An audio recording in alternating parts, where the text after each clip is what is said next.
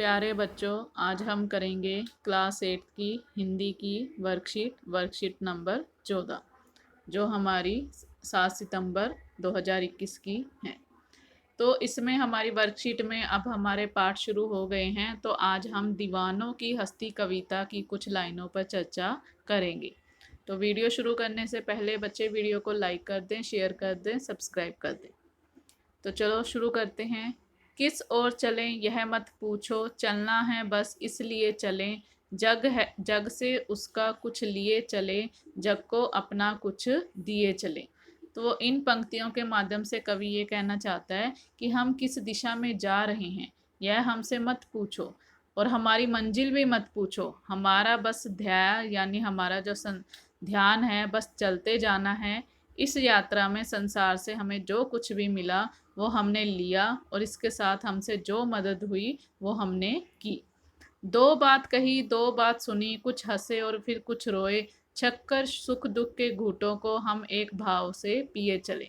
इन पंक्तियों में कवि कहना चाहता है कि इस यात्रा में हमने अपने अनुभवों यानी एक्सपीरियंस के साथ साथ लोगों के भी अनुभव साझा किए।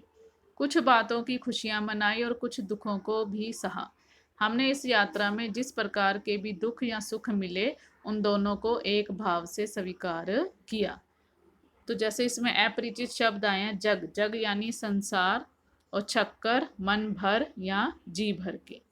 तो आशा है आप लोगों ने इन पंक्तियों के भावार्थ को समझ लिया होगा। तो अब हम इनके नीचे जो क्वेश्चन दिए हुए हैं वो आप लोगों ने अपनी नोटबुक में लिखने हैं। फर्स्ट है हमारा, कवि अपने जाने की दिशा या मंजिल के बारे में पूछने से मना क्यों कर रहे हैं। तो कवि अपने जाने की दिशा और मंजिल के बारे में पूछने से मना इसलिए कर रहे हैं कि उनका ध्येय बस चलते ही जाना है। दूसरा है हमारा, जग से कवि को क्या मिला। जग से कवि को सुख और दुख मिला। तीसरा है हमारा, दो बात कहने या सुनने से कवि का क्या आशय है।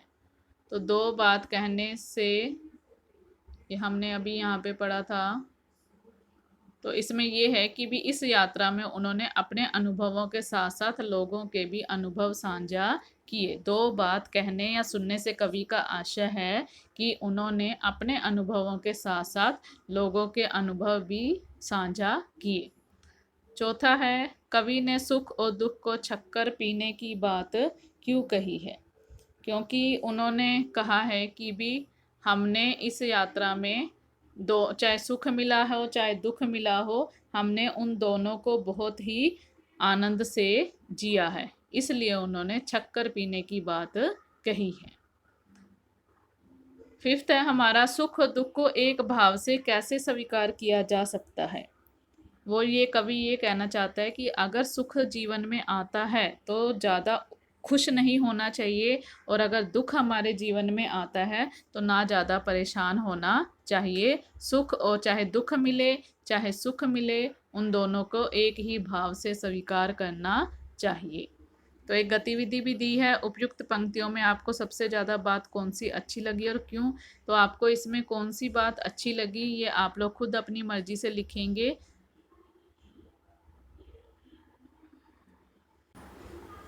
तो बस आपकी ये वर्कशीट अब ख़त्म होती है, मिलते हैं अगली वीडियो में।